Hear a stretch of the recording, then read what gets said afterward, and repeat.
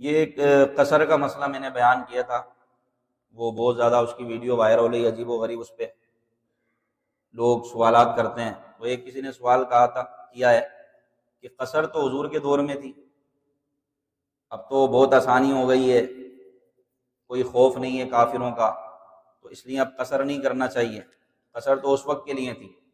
یہ اس نے اپنی منطق چلائی عقل کی۔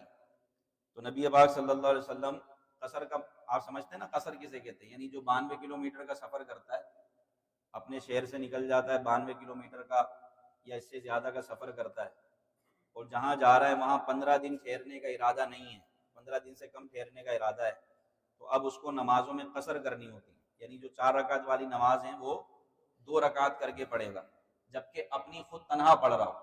اگر وہیں کسی رہائشی امام کے پیچھے نماز پڑھ رہا ہے پھر تو پوری پڑھیں گے، امام کے پیچھے پوری پڑھیں گے، لیکن اگر اپنی نماز پڑھ رہا ہے تو 4 رکعت والی نماز کو 2 رکعت کر کے پڑھی جاتی ہے، اس کو کہتے ہیں قصر۔ تو اب یہ قصر واجب ہے، جو نہیں کرتا وہ گناہگار بھی ہوگا اور نماز کو دہرانا بھی ہوگا۔ اب رہی بات یہ کہ حضور علیہ السلام کے زمانے میں تھا، یہ بعد میں نہیں ہے، تو ایسا بالکل بھی نہیں ہے۔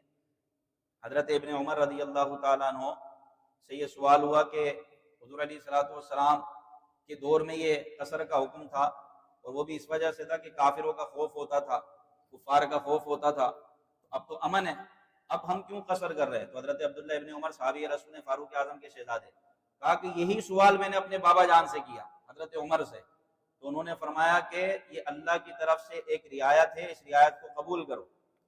اور پھر نبی پاک کی پوری زندگی دیکھیں، حضور جب بھی مینا تشریف لاتے تو قصر فرماتے، یعنی 2 رکعت نماز ادا فرماتے، جب بھی مینا تشریف لاتے تو 2 رکعت نماز پڑھتے، یعنی قصر پڑھتے۔ تو جب 92 کلومیٹر سے زیادہ کا سفر ہو اور 15 دن سے کم ٹھہرنے کا ارادہ ہے، تو بھی صورت میں جب آپ اپنی نماز پڑھیں گے تو 4 رکعت والی جو فرض نماز ہے اس کو 2 کر کے پڑھیں گے، اس کو کہتے ہیں قصر کرنا۔ البتہ اگر حالت امن ہے، کوئی تھکاوٹ نہیں ہے، تو سنتیں بھی پڑھیں۔ قصر صرف فرض میں ہوتی ہے، سنتوں میں نہیں ہوتی، سنتیں پوری پوری پڑھی جائیں گی، صرف فرض میں قصر ہے۔ اب یہ سوال کہ بھئی یہ تو اس دور میں تھا، اب تو کوئی حاجت نہیں ہے، تو بھائی سعی جو ہم کرتے ہیں، سعی صفا مروہ کی سعی کرتے ہیں، یہ کیوں رکھی گئی تھی؟ یہ کس کی یاد ہے؟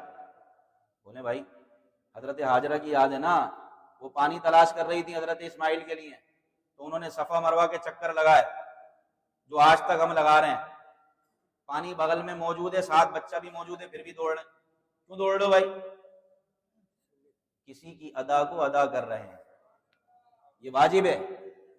تو بعض لوگوں کی ادائیں باقی رکھی جاتی ہیں، رمل کرنا، اکڑ کے چلنا، یہ تو تکبر ہے۔ اکڑ کے چلنا کیا ہے؟ وَلَا تَمْشِ فِي الْأَرْضِ مَرَحًا، زمین میں اکڑ کے نہ چلو۔ لیکن جب طواف کرتے ہیں ابتدائی 3 پھیروں میں کیا کرتے ہیں آپ؟ اکڑ کے چلتے ہیں۔ کیوں؟ نبی کی سنت ہے۔